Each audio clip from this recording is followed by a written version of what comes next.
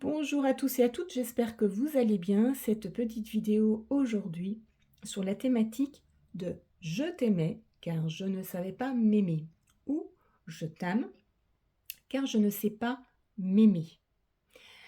Ainsi, en fait, avant de penser à aimer quelqu'un, nous devons tout d'abord nous demander si nous nous aimons réellement, car c'est la seule façon de générer des liens affectifs durables et imperturbables.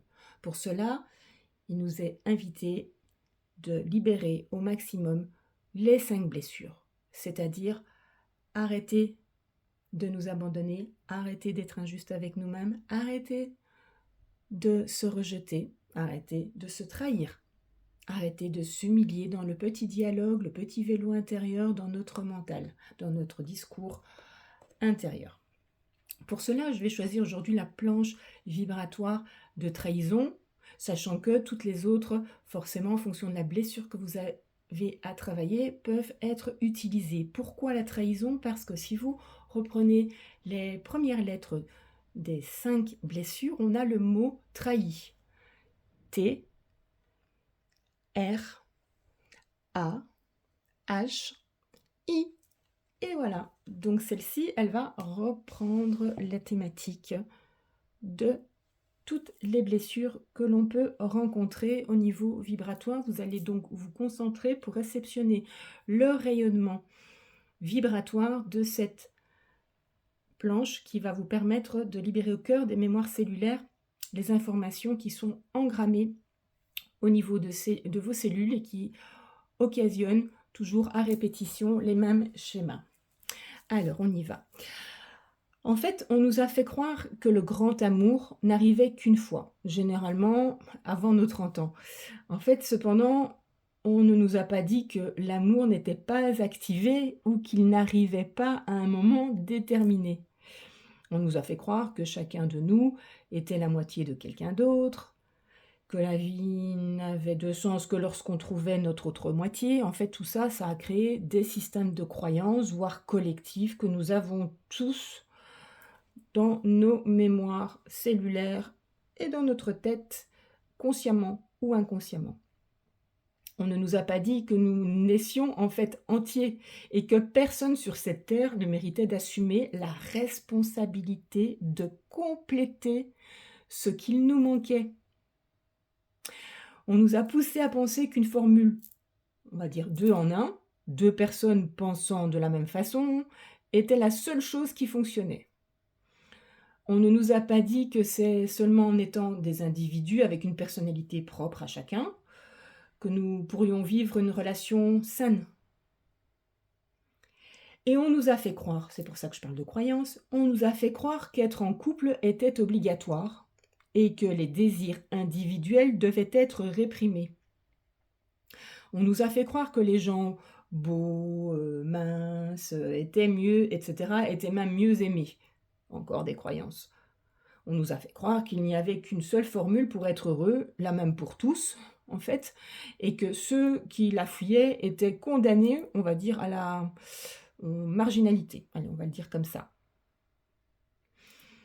On ne nous a pas dit que ces formules, en fait, étaient erronées, qu'elles frustraient les gens, qu'elles étaient aliénantes même. Hein, c'était vraiment des conditionnements et que nous pouvions être heureux différemment, grâce à d'autres alternatives, d'autres manières de penser, d'autres points de vue. Personne ne nous dira cela, mais vraiment jamais, parce que tout le monde veut rester dans le même moule et voir l'autre dans le moule permet de rester dans la fidélité de sa propre croyance et de la valider. Et chacun d'entre nous doit en fait le découvrir seul. Et quand vous serez très amoureux de vous-même, vous pourrez être heureux et tomber amoureux de quelqu'un d'autre. Et oui, ça c'est la grande clé.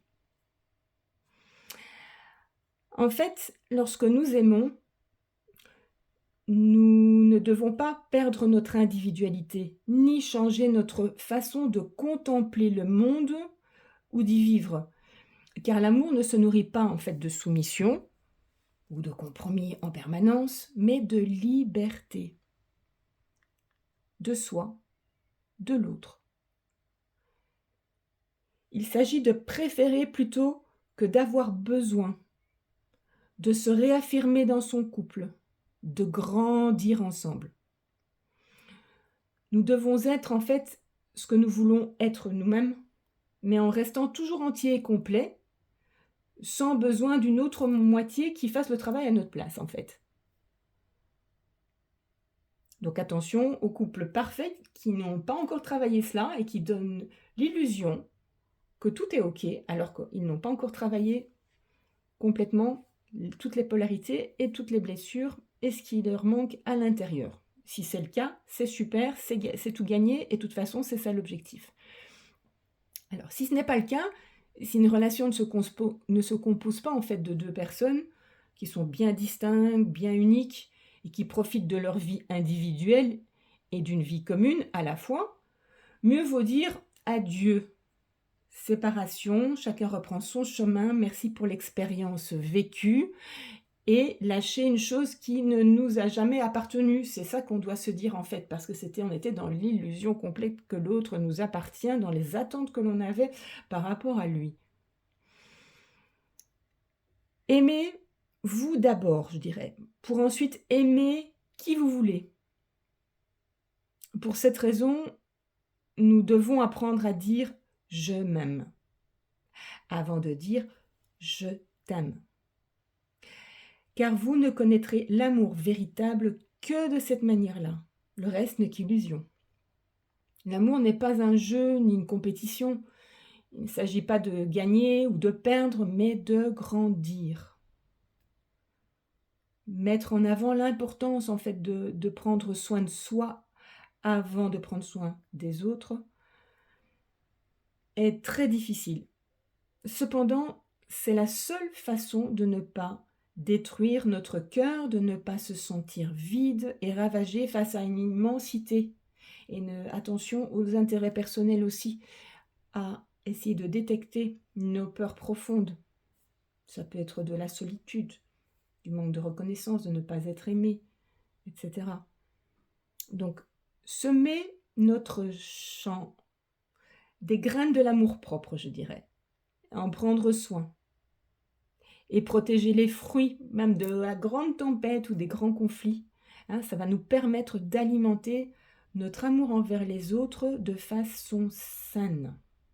Quand je parle d'amour-propre, bien entendu, ce n'est pas de l'ego, comme de l'estime de soi, la confiance en soi, être égoïste dans le sens de retrouver, de se respecter et d'être conscient des besoins et des envies de soi-même d'abord, n'est pas de l'ego. Ne confondons pas tout.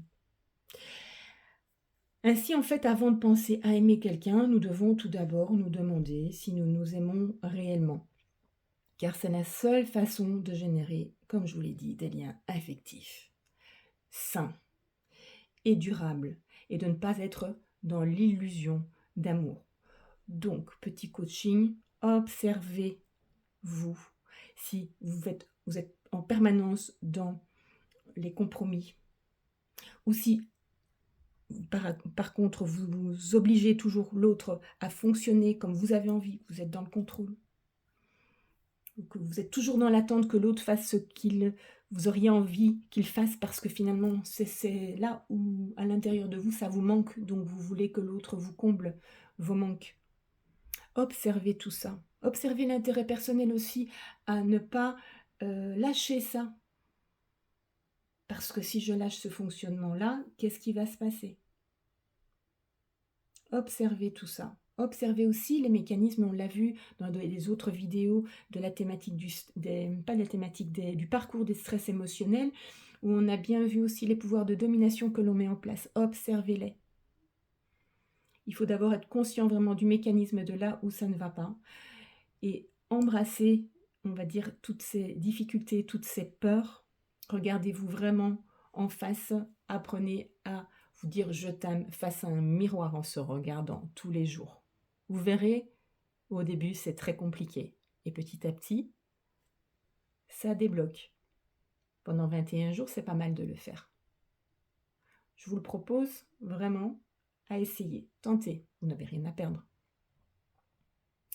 Alors, vous pouvez en parallèle, évidemment, utiliser les planches vibratoires pour vous permettre de libérer justement les blocages qu'il y a au niveau des croyances, au niveau des blessures, au niveau des mécanismes de protection et des conditionnements. Comme je vous l'ai dit, pour ces thématiques-là, elles peuvent toutes être utilisées. À vous de voir celles que vous travaillez pour le moment. Elles sont en promo moins 20% avec le code univers 20 jusqu'au 21 juin pour la fête des pères, fête des mères, et jusqu'au 21 juin du solstice, pour vous permettre vraiment de soit la mettre en décoration pour qu'elle rayonne des informations dans votre champ de vie, nettoie les lieux, harmonise les lieux et augmente le niveau vibratoire des lieux, ou alors le travailler vraiment en développement personnel, pour ce que je viens de vous dire, pour déconditionner et libérer. Vous pouvez les mettre au sol, vous mettre dessus et vraiment être dans ce vortex énergétique qui va vous libérer au cœur des mémoires cellulaires par rapport au rayonnement qu'elles dégagent.